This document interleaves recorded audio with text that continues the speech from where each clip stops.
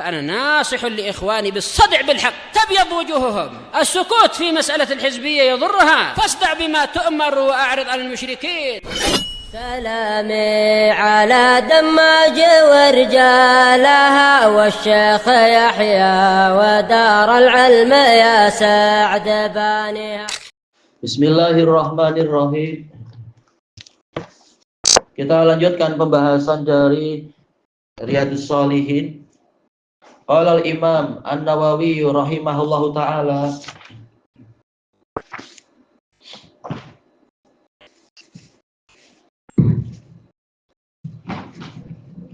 Al-haditsur rabi'a asyar ba'dal mi'atain wa alf, 1214. Wa an Salman, Abu Abdillah Salman Al-Farisi Al-Madani radhiyallahu an. Qala Rasulullah sallallahu alaihi wasallam, la yaghtasilu ahadun, la yaghtasilu rajulun yaumal jumu'ah. Tidaklah, ini la nafiyah ya, bukan nahiyah. Bukan janganlah, tapi tidaklah. Tidaklah seorang lelaki itu mandi pada hari Jumat, wa yatatahharu mastata'a min tuhur, dan dia bersuci semampu dia untuk bersuci, wa yaddahinu min duhni, memakai wewangian dari yang dia miliki, au yamassu min tibi baitih, atau mengusap dengan minyak wangi dari minyak wangi yang ada di rumahnya. Summa yakhruj, kemudian dia keluar dari rumah. Fala yufarriqu bainasnain, kemudian dia tidak memisahkan di antara dua orang. Summa yusalli ma kutibalah, selanjutnya dia sholat sesuai dengan yang ditetapkan untuk dia. Summa yumsit, kemudian dia diam. Idza takallamal imam, jika imam berbicara. Illa, tidaklah kecuali, tidaklah demikian kecuali ghufira lahu ma bainahu wa bainal jumu'atil ukhra, diampuni untuk dia dosa yang terjadi antara dia, yaitu antara hari Jumat itu dengan Jumat yang lainnya. Rawahul Bukhari. Dijelaskan oleh Syekhuna Abu Amr, Imam Bukhari menyendiri dari Muslim. Ini termasuk hadis yang hanya Imam Bukhari yang meriwayatkan tanpa Imam Muslim. Di sini Rasulullah Shallallahu Alaihi Wasallam mendatangkan pola pembatasan, menunjukkan penekanan yang kuat. Tidaklah begini kecuali begitu. Ini janji yang sangat kukuh. Yaitu apa saja yang diamalkan di hari Jumat. Pertama adalah mandi. Dan ini kewajiban lelaki. Ya namanya apa? Mau berangkat Jumat, pada Jumat laki-laki yang wajib. Wanita boleh tidak? Boleh. Semua sepakat boleh. Yang penting tempatnya muat. Cuma di banyak masjid mungkin tempatnya tak muat ya. Untuk sehari-harinya tempatnya terlalu muat. Untuk sholat 5 waktu masih sangat lapang. Orang boleh masuk sebebas-bebasnya. Tapi ketika hari Jumat, entah bagaimana masjid jadi tak muat, sehingga wanita tak mampu masuk. Entah datang dari mana orang-orang sebanyak itu. Padahal di tempat lain juga masjid juga ada. Memang kadang terasa aneh. Dalam sholat 5 waktu, kenapa hanya 1 shaf, 2 shaf? Tapi dalam Jumat, kenapa sampai tak muat? Dalam sehari-hari orang di mana berarti? Di waktu yang lain. Oh mungkin sholat di tempat lain. Sama, sholat di tempat lain, masjid yang lain juga kalau hari Jumat selalu penuh. Kalau tidak Jumat, yaitu di waktu sholat yang lainnya, sangat tidak penuh. Menunjukkan memang apa, banyak yang ponteng, banyak yang entah bagaimana, dan seterusnya. Mungkin safar, yang ada udzur, yang tak ada udzur ya tentunya sangat memalukan dan dosa besar. Cari udzur.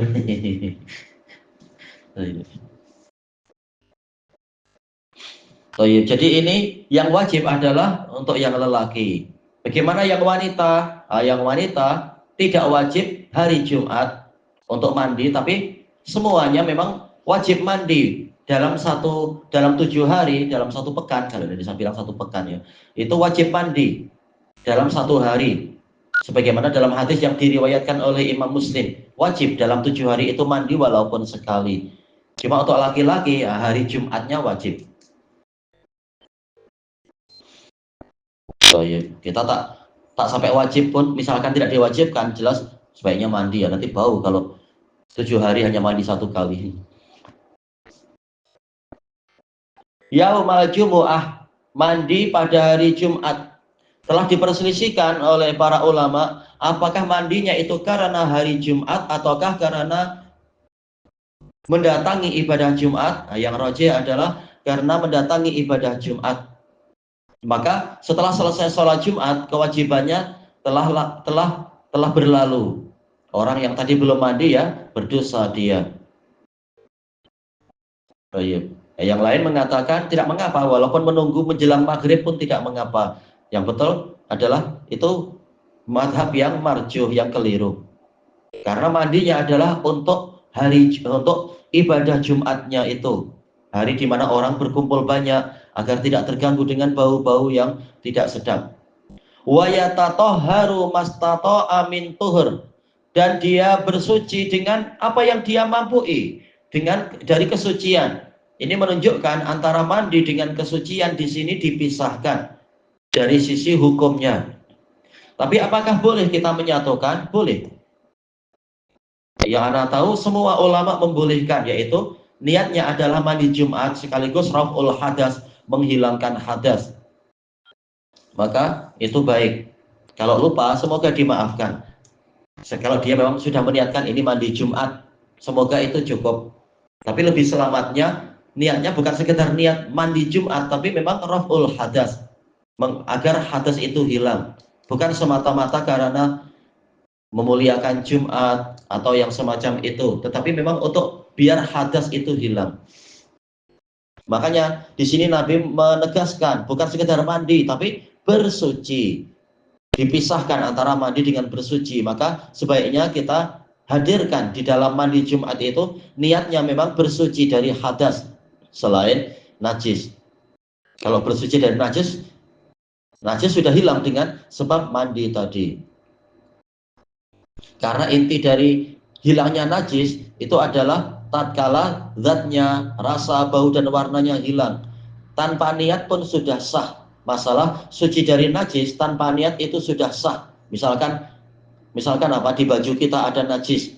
Ketika kita keluar rumah tahu-tahu kena hujan, kemudian hilang. Apakah sudah sah? Sudah sah walaupun kita tidak niat bersuci dari najis.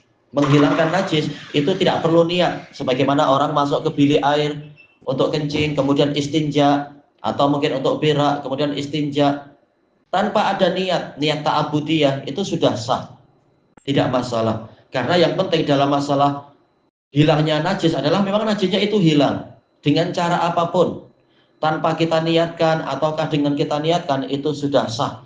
Tahu-tahu najisnya memang sudah hilang dibawa oleh air atau apa, atau tahu-tahu kita jatuh dari sesuatu, tergelincir, tergesek-gesek bajunya oleh tanah, kemudian najisnya memang hilang, itu sudah sah walaupun kita tidak berniat menjatuhkan diri atau berniat untuk menghilangkan najis dengan sebab jatuh ke tanah tadi.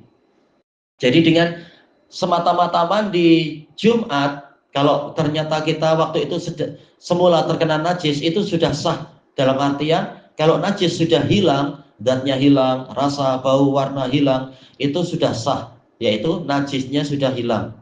Cuma sekarang hadasnya, bagaimana menghilangkan hadas? Ini perlu niat, karena ini ibadah, ini ta'abudiyah, niat bersuci dari hadas. Sama saja, apakah disatukan niat itu di dalam mandi tadi, mandi Jumatnya, niatnya adalah raf'ul hadas, ataukah nanti kita sengaja ingin berwudu, tak masalah demi mengamalkan hadis ini. Karena Nabi memisahkan antara mandi dengan bersuci di situ. Dengan mandi hilanglah najis, dengan bersuci hilanglah hadas. Kalau ingin menyatukan tidak masalah, sah saja. Mandi untuk menghilangkan najis sekaligus niatnya menghilangkan hadas, itu sah. Kemudian apalagi setelah itu, wayadahinu min duhnih. Ini menunjukkan ditekankannya masalah memakai minyak wangi. Mandi tadi ternyata Nabi tidak mencukupkan dengan mandi. Nabi menegaskan memakai wewangian dengan duhun, mungkin sejenis krim kah atau apa, kalau ada krim. Nah, di masa lampau memang disengaja orang-orang memakai duhun, yaitu biar kulit menjadi lembut, menjadi lembab, tidak terlalu kering dan sakit. Dan sebagian duhun itu sudah ditambahkan dengan wewangian di masa lampau. Makanya di sini pilihan memakai duhun sejenis krim, au yamassu minti bibaitih, atau mengusap dengan minyak wangi dari wewangian yang ada di rumahnya. Boleh salah satu, tidak masalah itu. Pakai wewangian sendiri itu lebih baik. Kalau tidak ada, sesuai dengan hadis yang lain, maka pakai wewangian istrinya. Padahal mestinya dipisahkan, tetapi saking tegasnya masalah memakai wewangian di hari Jumat, sampai-sampai Nabi mengatakan kalau tak punya minyak wangi, pakai wewangian yang dimiliki istrimu, demi mengagungkan ibadah Jumat itu. Makanya yang rajih adalah wajib masalah memakai wewangian. Apakah wajib berupa minyak? Tidak wajib. Boleh jadi ada sebagian orang lebih suka pakai bukhur, itu boleh. Atau memakai roihan, tanaman seperti yang di Yaman mereka bawa bunga-bunga roihan, tangkai roihan, diletakkan di pecinya atau di sorban atau di poketnya, di saku bajunya. Intinya adalah agar wangi. Summa yahruj, kemudian keluar dari rumahnya itu. Jadi memang ini semua dilakukan di rumah. Adapun kalau nanti batal, tak mengapa berwudu di dekat masjid. Sunnahnya seperti itu. Bukan berarti wajib untuk bersuci di rumah, tidak wajib. Tapi mustahabnya memang keluar dari rumah sudah dalam keadaan suci dari hadas, suci dari najis, dan juga bersih dari bau-bau yang tidak baik. Kemudian setelah sampai di masjid apa? Fala yufarriqu bainasnain. Kemudian dia tidak memisahkan di antara dua orang. Ya, kita dilarang menyakiti, dilarang memisahkan antara dua orang yang duduk. Tetapi kita bilang kalau memang tempatnya muat, tafassahu, tawassau, tolong berlapang-lapang, dan yang semacam itu, tolong berluas-luas, minta diberi tempat. Baik. Kalau kita lihat sebenarnya kalau orang agak ke kanan ke kiri sedikit, tempatnya muat itu, maka boleh minta izin ke mereka. Jangan asal tolak kanan, tolak kiri. Baik. Ini menunjukkan tidak boleh mengganggu kaum muslimin. Sebagaimana di dalam hadis muttafaqun alaih dari Abi Hurairah radhiyallahu an, yang mana malaikat akan terus bersolawat untuk orang yang di masjid itu, malam yuhdis fihi malam yu'dhifi, selama dia tidak berhadas di situ dan selama dia tidak mengganggu orang di situ. Ini menunjukkan ibadah itu bukan hanya terkait dengan haknya Allah, tapi juga menjaga hak para makhluk. Jangan menyakiti mereka, kecuali kalau mereka yang berbuat kemungkaran, ya dicegah dengan tangan kalau mampu, kalau tidak ya dengan lisan, dan seterusnya dan seterusnya. Intinya kita menjalankan kebenaran dan tidak sampai masuk kepada perbuatan kebatilan. Summa yusalli ma kutibalah, kemudian dia sholat sesuai dengan yang ditetapkan, yaitu sholat, kalau tadi mungkin apa awalnya, yaitu sholat tahiyatul masjid, kemudian ingin sholat duha, dan seterusnya, mungkin ingin sholat mutlaqah, terserah. Waktunya sampai bila, yaitu sehingga datangnya imam. Sebagaimana hadis muttafaqun alaih dari salah seorang tabi'in. Ana catat hadisnya dan ana sebutkan di dalam kitab yang membahas masalah sholat di waktu karohah, itu waktu terlarang, dengan perincian-perinciannya. Biasa kami itu begitu masuk masjid untuk ibadah Jumat, kami terus sholat dan tidak berhenti kecuali setelah datangnya Umar, yaitu tatkala Umar sebagai imam Jumat itu, maka kami berhenti.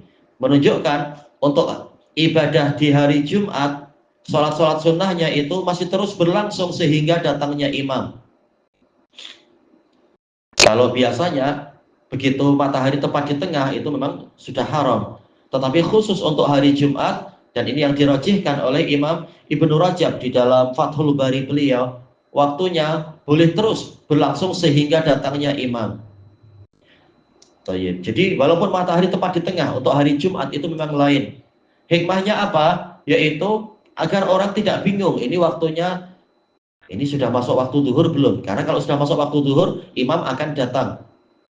Sementara sebelum masuk waktu zuhur, waktu sudah terlarang untuk sholat-sholat sunnah itu. Tapi orang akan kesulitan kalau di dalam masjid untuk melihat keluar lagi, melihat bayang-bayang, maka ada hukum khusus, yaitu sholat duhanya berlaku sampai datangnya imam. Ini hukum khusus karena ada dalil-dalil khusus. Ini penjelasan dari lafaz makutibalah, apa yang ditetapkan untuk dia, yaitu apa yang Allah takdirkan. Para ulama mengatakan ini dalil menunjukkan sholat duha tidak ada batas maksimal. Yang penting waktu masih ada. Boleh 12, boleh 16, terserah. Milih 2 pun sudah bagus. Waktu yang lain dipakai untuk berzikir yang lain misalkan dan sebagainya. Tidak masalah. Summa yungsit. Di sini menunjukkan bahwasanya yang namanya sholat qobliyah Jumat itu tidak ada. Yang ada ya sholat duha dan sholat-sholat yang lain. Iya, bagaimana akan ada qobliyah Jumat sementara azan hanya satu di zaman Nabi, di zaman Abu Bakar, dan di zaman Umar. Azannya hanya satu, yaitu tatkala khatib sudah duduk di atas mimbar. Assalamualaikum, duduk di atas mimbar, barulah muadzin azan. Setelah selesai azan, langsung khatib berkhutbah. Maka bagaimana? Ada kesempatan untuk sholat qobliyah? Tidak ada itu. Dan ini hukum khusus hari Jumat. Adapun kalau waktu-waktu yang lain memang bainakul li adzana ini sholat, di antara setiap adzan dan iqamat itu ada sholat. Tapi untuk Jumat memang hukumnya lain, masalahnya lain. Kan, tapi saya pengen sholat. Sholatnya tadi kesempatannya sangat lapang sebelum imam sampai ke situ.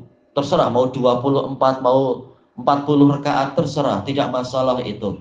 Imam Ahmad sehari semalam sholat sunnahnya adalah 400 rakaat.